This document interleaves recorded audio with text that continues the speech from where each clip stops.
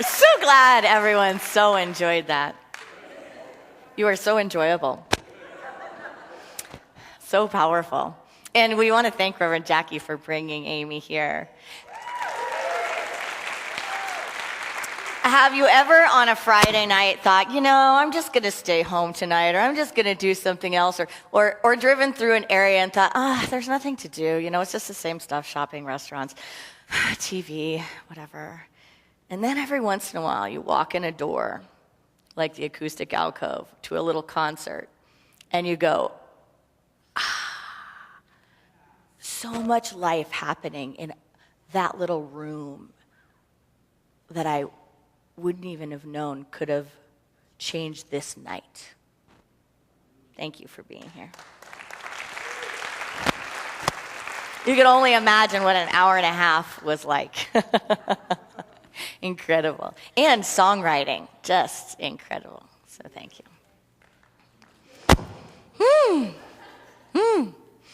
Are we free to turn it around? Whatever it is, fill in the blank. Are you free to turn it around? Am I free to turn it around? Is the world free to turn it around? Is God free to turn it around? That's right, God in you, as you, through you. Anything, everything, no matter what, there is no limitation to spirit, is there?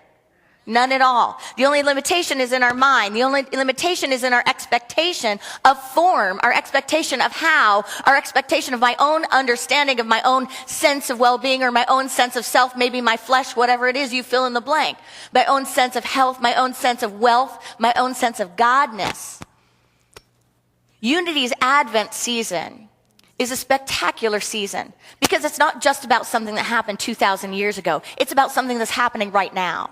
It's about something that's happening in you, in me. It's about something that is so needed and wanted, so craved on this planet that there is absolutely nothing else more important to talk about in this instant than what it is. Charles Fillmore taught that there is a development in consciousness that does not belong only to Christianity. It is the Christ consciousness. It is the awakened consciousness. It belongs to all beings, and it was conceived in the mind of God in creation. It is, in fact, creation itself. And it is what we are here to develop, to emanate, to radiate, and to be. And it is not arrogant to say God in me, through me, and as me. It is in fact our birthright, our calling, and anything less is selling God short of the original conception of the idea of man and woman in humanity. So are we ready to take it on? Are we ready to practice it? Are we ready to take it a step further? Does anyone think they have a step further they can go? Just look at our humanity and everyone will look at everyone else and go, you got some steps further to go, sister. Everyone, right? We'll say that to everyone. Can we say that to ourselves in a loving kindness way? To say, sister, I've got some steps to take. Brother, you've got some steps to take. World, you've got some steps to take. Systems, you've got some steps to take. Where do they all start? Right here. We all want macro change. But macro change comes on a micro level. That is the only place it starts. The only place it starts is clearing our own minds, clearing our own consciousness, and drawing from the living water, the spirit of truth, the spirit of life, our own center of wisdom, our own center of guidance, and our own center of self. And when I say self, I don't mean self with a lowercase self. I don't mean the self that thinks about me and what I am or what I have or even my own perspective as being truth or reality. I'm talking about the self that knows that it's the capital S self, that knows that it is the idea in the mind of God for humanity, that knows that myself is yourself. And the second I try to make that smaller, it's as if I take my big toe and say, that's not me. You know, I was with my family this holiday season, and I have some beautiful nephews and a niece, and we went to one of the workout places in town. I only went once. I paid for the whole week. I only went once. But that one time, they went swimming, and as we were coming out of the place, his hair was wet, and we were getting to the door, and I forget what he said, but something maybe about something hurts or something that's me or whatever, and we were talking about that, and I, probably shouldn't have because he's 7, but I was like, whatever he said, I said, is that you? And he's like, no, and then we started going through body parts. I was like, is your nail you? No. Well, is your hair you? Like what defines you, you know? And whatever it was, he said, well, it hurts. You know, whatever it was. So it was like, so your nail doesn't hurt, so that's not you. Your arm doesn't hurt. And I started cutting off parts of his body, you know, like, so are you still you if you don't have your legs? If you still you know? Going to, where are you? Do we define ourselves only by what hurts us personally? Can you not take care of all of you if you cut off that toe and said, that's not me? If you start with just ignoring it, then start with cutting off the circulation, then it goes numb. You might forget about it for a while, right? Then you've got a thing going on. Then you got to cut it off. Then you got a limp. And then if you keep going ignoring, it keeps going up, right? It keeps coming to you until it gets to the point where you feel the pain of your lack of attention to it. Your lack of attention of saying, your life is my life and my life is your life, because there is one life. It is God life. It is everywhere present. It is omnipotent. So expand my consciousness, expand my mind, so that I can see, breathe, feel, emote, create, and live as if I am every one of us, as if you are me and I am you. And when I say every one of us, that extends to all living creatures that we're given stewardship of or on this planet, that addresses the oceans and the land, the grass, the mountains, the waterways, all life, until I can see that the moment I honor that which is outside of me, I honor the highest form of self. I honor all life. There is one life. It is God life. How does this life radiate, emanate, celebrate true life, true existence? Unity's Advent season is special because it teaches us that pattern, that pathway. The question of Advent is, can you experience faith, peace, love, and joy in its apparent absence? Do you have to wait for those things to come to you? Do you have to wait to feel it, to feel either pain or what we call in the human condition is pleasure? Do we have to wait to feel it to experience these things, to experience our faith, our peace, our love, and our joy? What about in the midst of the seeming opposite? What about in the midst of how it comes and goes in our minds? If we experience those things, but not spiritually, are they really even there? I would argue that as a spiritual practitioner and as a metaphysician, we can experience those things. Faith is the perceiving power of the mind, Charles Fillmore said, the perceiving power of the mind linked with the ability to shape substance. Just like in meditation, science is now showing that meditation has benefits to the body temple, benefits to the mind, benefits to the chemistry and the being. So too, is it being revealed, and will it be further revealed, that we have a center of consciousness? Charles Fillmore intuited it, but science can find it. The glands, the part of the brain that is actually stimulated when we are creating. When we are emanating like a magnet of vision and saying, I see it come to me, I will start looking for it, I will recognize it. There are brain patterns that help support the spiritual being in demonstrating. That's faith. The perceiving power of the mind linked with the ability to shape substance. How often do you think of yourself as a substance shaper? A substance shaper. We're doing it all of the time. Someone once said that spiritual maturity contains the ability to be present to conflicting or contradictory emotions or experiences. So we can have them all in the same place. We can have them all in the same body. They're not competing anymore. In Advent, we look at faith, peace, love, and joy. 2 of these are divine faculties. 2 of these are part of our 12 powers, which Charles Fillmore said, when we elevate these 12 powers, when we meditate on them, when we master them, when we are awakened to them, we are demonstrating the Christ presence. We are in the Christ. 2 of these are 12 powers. And 2 are states of being that naturally result from exercising these faculties. The title of today's talk and discussion is ADVENTageous. ADVENTageous. Do we use all of the advantages available to us? Advent means the coming or arrival. It's the arrival of light. It's the arrival of our advantage. The advantage of knowing we're a spiritual being in a human experience, and we are having a human experience as a spiritual being. We have a huge advantage in life when we understand that practice. A huge advantage. The prophets of Israel spoke of the coming of the Christ. This idea that a Savior would be born, a king from the line of David, so that he would rule the world wisely and bless all nations. He would rule the world wisely and bless all nations. He would be the overcomer. He would be the Prince of Peace. He would be the one to demonstrate. So we have to ask ourselves today, are there still problems? Are there still problems? It's logical to a logical mind to assume that the master teacher failed. Would you say? Like if you're just being a regular person? They thought that at the time. Many thought that at the time. He was coming to be the great warrior, they thought, to bring the wisdom and to get it all fixed. Get her done. Just get her done. It's logical to think there was a failure. Or else we as humanity saw it wrong.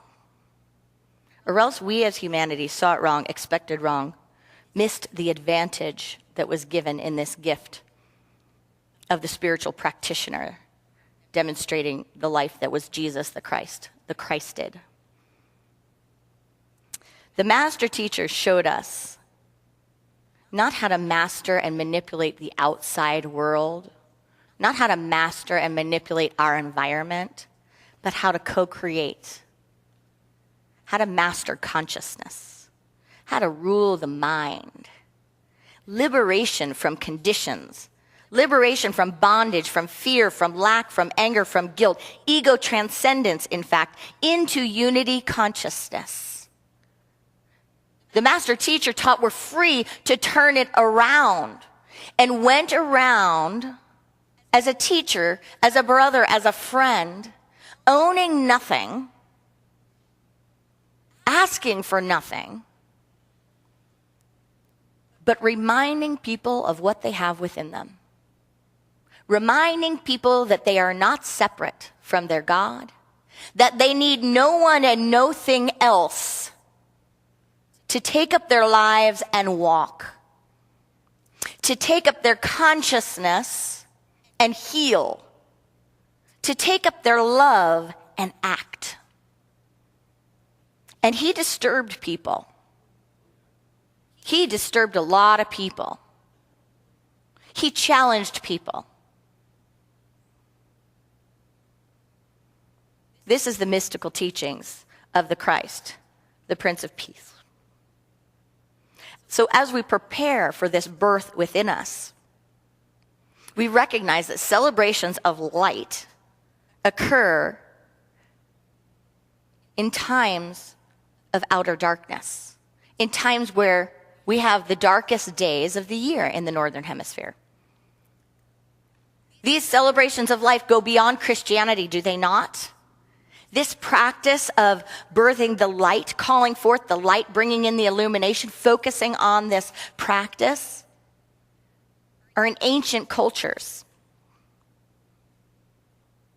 The birth story contains the essence of the light illuminating the darkness. Encouragement and miracles when miracles seem the least likely. Encouragement and miracles when miracles seem the least likely.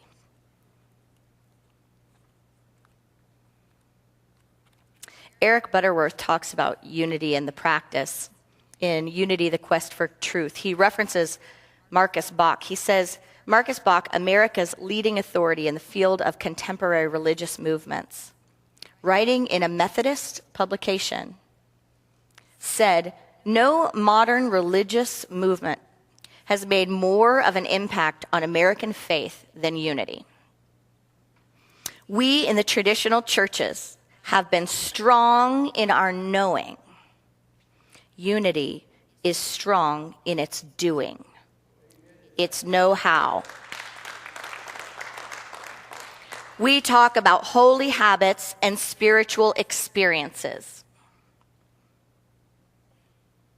But what we desperately need is to apply ourselves to the actual doing thereof. The actual doing thereof. Another Unity minister once told me, because in Unity when we do Advent, some people say the first Sunday of Advent is hope, and some people say faith. One of my Unity minister friends told me once, hope is a vision not committed to. Hope is a vision not committed to. Faith is the perceiving power of mind linked with the ability to shape that substance. But hope somehow calls on an outer. Hope is somehow out there, which is a good thing. We don't have to diss hope, all Sunday. But hope can be a good thing. But think about it. Think about hope. Feel hope for a moment. Is it missing something? It's like it's missing a partner, right? It's like it's missing the agreement on the outside to say, yeah, we're going there. It's like it's waiting for something.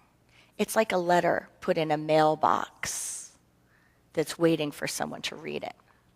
But faith is the application of a spiritual practitioner to perceive something, to create from the inside out, to know a vision so strongly that one keeps rearranging one's mind and asking for a rearrangement to say, show me how this is a fulfillment of this great vision.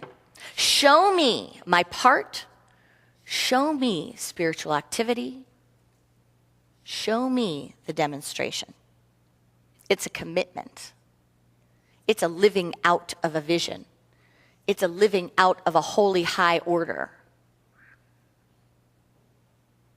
It has a difference from faith and hope have a difference in that hope is a bit about the future, grounded in a time-space reality that's out there. Faith is a right now. Faith is a bringing it to a right now. And we know as metaphysicians, it's like that, there's that little joke about the guy that says, I'm gonna go on a diet tomorrow, I'm gonna eat better tomorrow, and he has this note on the bottom of his, table by his bed, and every night he reads it, and he's like, tomorrow, I'm gonna start tomorrow, and then the next morning he wakes up, and he looks over at the bedside table, and he reads it, and he goes, okay, I'm gonna start my diet tomorrow. Then he goes to bed, tomorrow, he goes up tomorrow. It's always sometime in the future. Rather than the health starts right now. What if it is this second, it's my commitment? And then the next second, it's a commitment again. And then the next second, it's a commitment again. That's faith. Faith is stepping into each moment, bringing it forth. Not having a moment outside that you're waiting for it. But saying it's going to happen right now. Not waiting for the music to meet you, but creating the music from within you. And knowing that when you do that, a whole symphony, a whole orchestra in the cosmic universe joins in. Faith is that perceiving power of the mind linked with the ability to shape substance. It's the presence of possibilities and opportunities that are seized. It's looking beyond appearance to divine potential in the now. It includes an inner ability to see whatever it is as real and experience it as real in a moment. And it calls on an inner power within us that is beyond appearances, that doesn't seem realistic. It's that same idea that the master teacher came and taught, awakened, enlightened, healed, but to some eyes that can go unseen. And to other eyes, that liberation can be known, that the liberation happened. Now it's simply our chance, our choice to practice that liberation, to practice the truth and the demonstration that we are transcendent beings. Peace Peace is something that comes when we have activated faith. When we have activated our faith, what is there but peace? Does that mean that there's no problems? Does that mean that there's no outer conflicts, even inner conflicts? No, it means there is a spiritual maturity here that can be in the presence of these inner conflicts and these outer conflicts and still have perfect peace. Still have perfect peace. That one can even trust oneself to dance around with the conflicts. One can even trust that process, but know that there is a higher order and a higher power and a deep sense of self that is never shaken by it. Never shaken by it. That's because the faith bit is one of the 12 powers. The faith bit is one of our divine faculties, and peace is the result of exercising that peace. The next is love, which is one of our greatest faculties. Love, Charles Fillmore says, is the harmonizer, the healer. It adjusts misunderstandings. It sees good. This isn't his words anymore. These aren't his words anymore. But it rearranges our minds constantly to reorient ourselves towards creation, to reorient ourselves towards love and towards creation.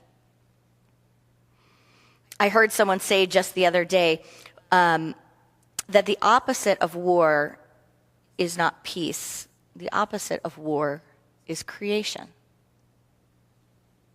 The opposite of war is creation. And when we are demonstrating faith, experiencing peace, applying our demonstration of our divine faculty of love, then we are creating, co-creating, in alignment with light, in alignment with illumination. When we are centered in faith with love, they have to be balanced. We could create from anything, can we not? We are creators. That's why in Unity we don't believe in an outer hell. We don't believe in an outer devil. We know very well that we have the full-on ability to express those things ourselves without a devil or without a place to go. We don't need a lot of help, actually.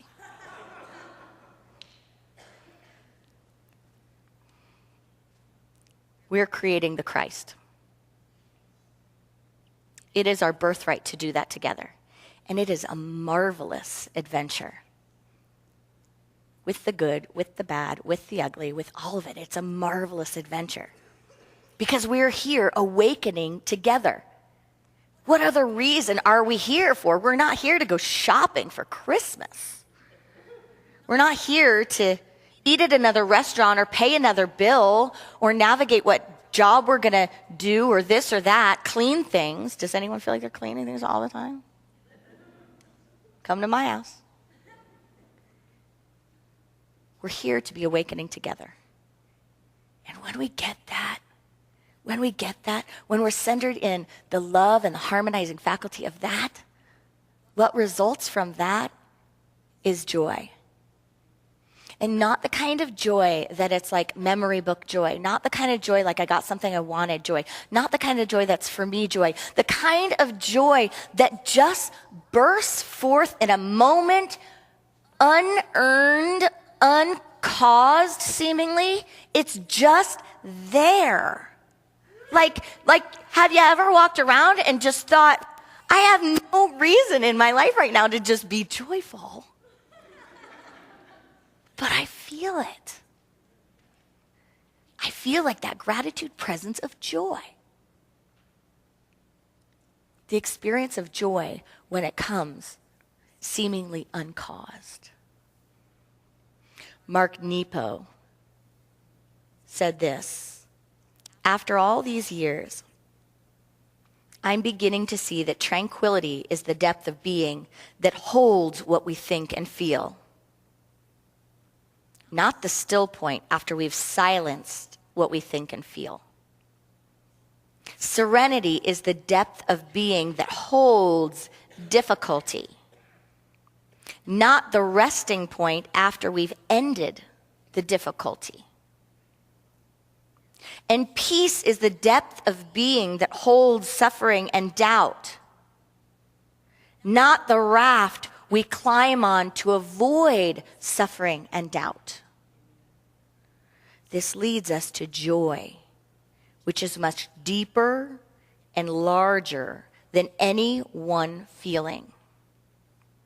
Happiness, fear, anxiety, contentment, doubt, regret, unworthiness, anger, despair, all these and more are the waves that rise and fall in the sea of being. In the sea of being. This practice of birthing, this practice of the enduring presence of faith, peace, love, and joy holds us through the process of birthing the Christ in consciousness. In the words of Viktor Frankl, he says, because this is no airy-fairy practice. It drives me a little crazy sometimes when we're like, when you get frustrated at a stoplight, or when you drop when part of your shoe comes off right before you have church. Those are not really the things that trip us. The things that trip us usually are the things that break our hearts. The things that bring us into fear. The things that bring us into moments of communion where our hearts are broke open. Viktor Frankl, who survived the Holocaust, said when we are no longer able to change a situation, a situation, we are challenged to change ourselves. We are challenged to change ourselves. He said, everything can be taken from man, but one thing, the last of the human freedoms, to choose one's attitude in any given set of circumstances and to choose one's own way. To choose one's own way. So can we stop waiting for something to happen to us? Can we stop waiting for everything to be our definition of good, fixed, better, before we get up and walk? Before we pass by someone on the road that needs our help? Can we begin to create from the inside out? Can we begin to cherish and nurture the moments of creation, of miracle, of majesty? Viktor Frankl said, being human always points and is directed to something or someone other than oneself, the big self. Be it meaning to fulfill or another human being to encounter. The more one forgets himself, the little self, by giving himself to a cause to serve or another person to love, the more human he is and the more he actualizes himself.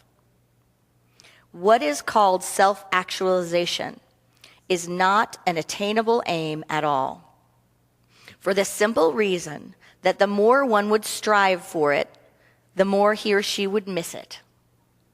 In other words, self-actualization is possible only as a side effect of self-transcendence. And this is the meaning of Advent, and this is the teaching of the mystical cosmic Christ. Namaste.